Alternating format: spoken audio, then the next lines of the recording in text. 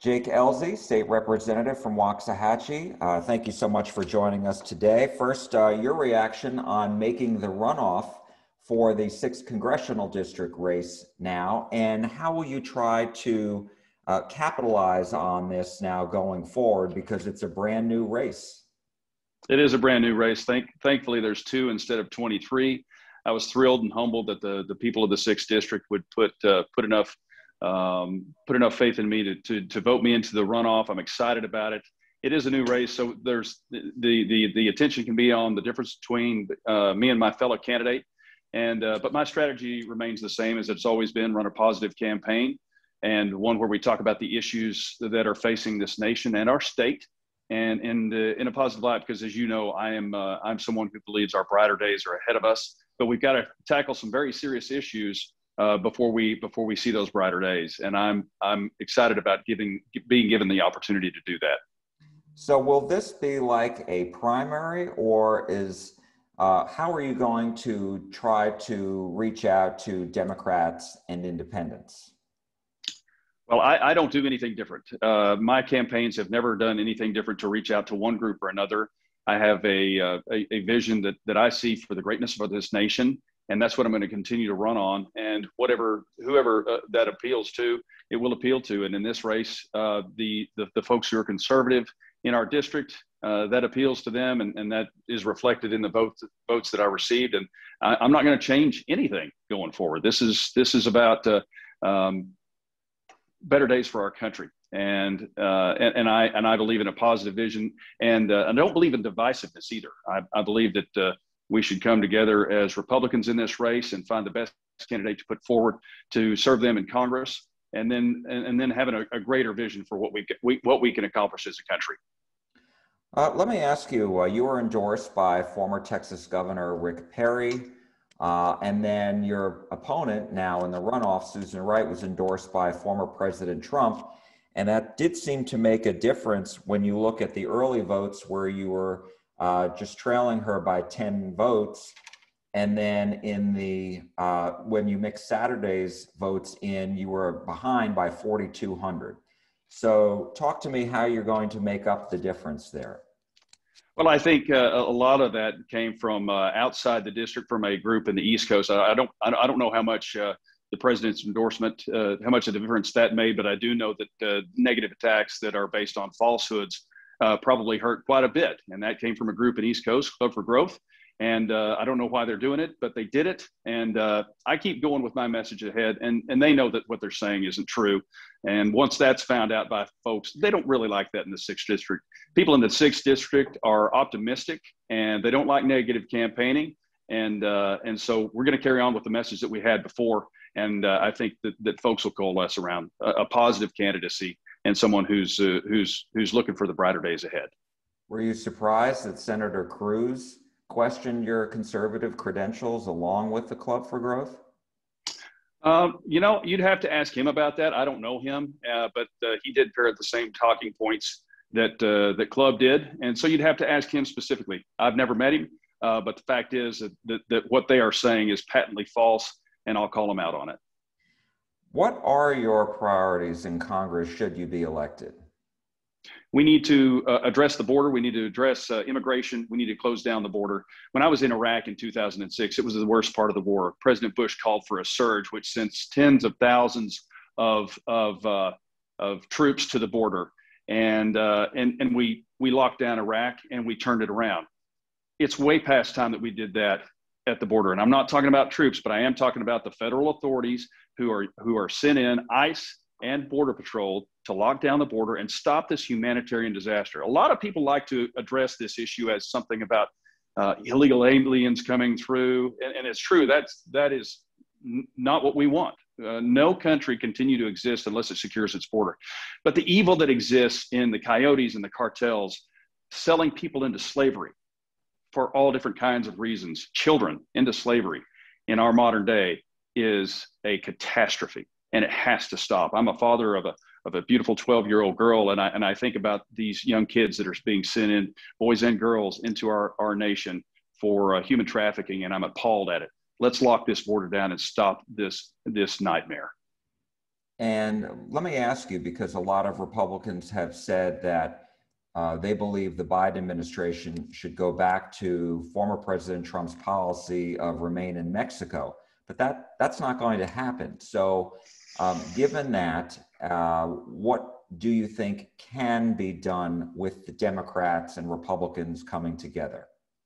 Bring them down to the border and show them exactly what's going on. Because if you hide them long enough, they're going to think there's not a problem.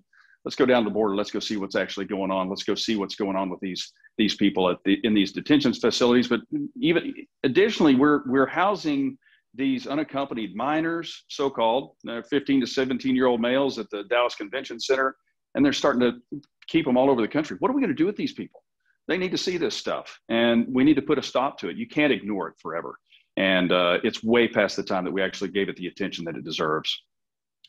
I also wanted to ask you about President Biden's speech to the American people last week. He talked about his infrastructure plans.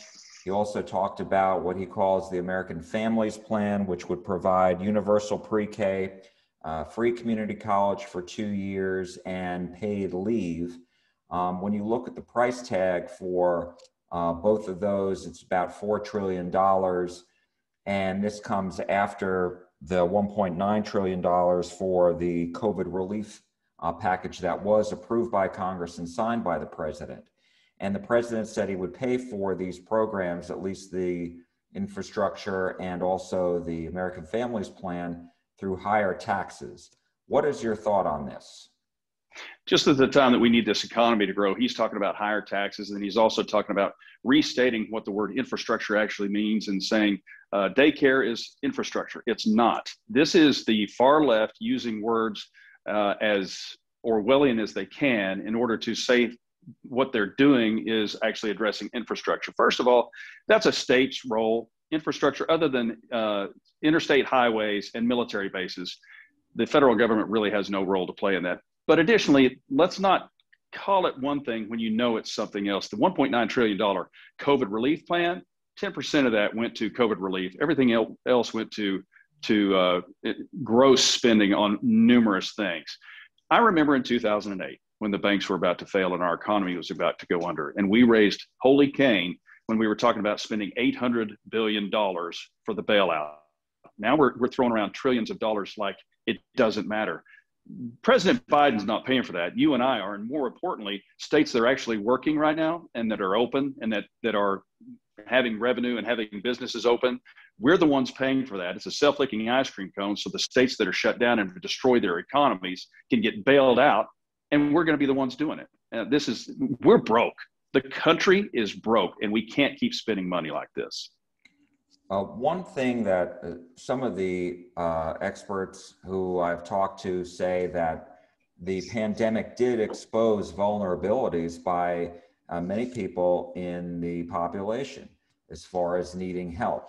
So how would you address that as far as, childcare, and is it just a question of reopening the economy so that kids can get back to school? I know we don't really have that issue here in Texas because people have been back in schools, or at least the families have a choice. But, what do you say about some of the issues that real people are facing? Jack, that's a great question. I think it's interesting that after 18 months, we talk about health experts. There isn't a single so-called health expert that's been right on much of anything, including Anthony Fauci, since this whole thing began. He has flipped and flopped. So has everybody else on exactly what's going on. Additionally, you'll see that the states on the East and West Coast continuing to lock down. They have a higher incidence of these COVID cases. We're wide open and we're lower. Somebody's following political and fear science. We're following medical science. The truth is in the numbers and what's going on here. Additionally, when you pause the Johnson & Johnson, 7 million doses of Johnson & Johnson in 6 cases have turned out to I believe, have some high blood pressure issues, and you pause, that's a power grab. Statistically, that is almost nothing. And so we paused giving out the Johnson & Johnson single dose virus that didn't have to be maintained at extremely cold levels so that we can check out these 6 incidences. That is unreal. No matter, there is no reason to have done that. This is continued power. When the president, this is a continued power grab. When the president continues to wear a mask after he's been inoculated, he's not giving people any faith in saying, well, I'm going to go get inoculated now. If he's inoculated, he's not going to get it. He needs to take off the mask, and so does everybody else if they've been inoculated, because they say they're following the science, but in reality, they're showing us fear. The two can't coexist at the same time. And just my last question, as far as universal pre-K, childcare, do you think there is a need there for some people? No, sir, and that should be up to the states. There's nothing in the Constitution that would describe the federal government starting a new program like pre-K. A state wants to do that, a state should be able to do that. And a state should have to pay for it. That is not the function of the federal government. With everything else we got going on here, that is nothing but a bad new system. It's way too much money and for too little accomplishment. Let the states do that. That's what a federal republic is supposed to be doing anyway. All right. Jake Ellzey, Republican candidate for the 6th Congressional District runoff. Thank you so much for joining us today. We really appreciate it. Jack, always a pleasure. Thanks for having me.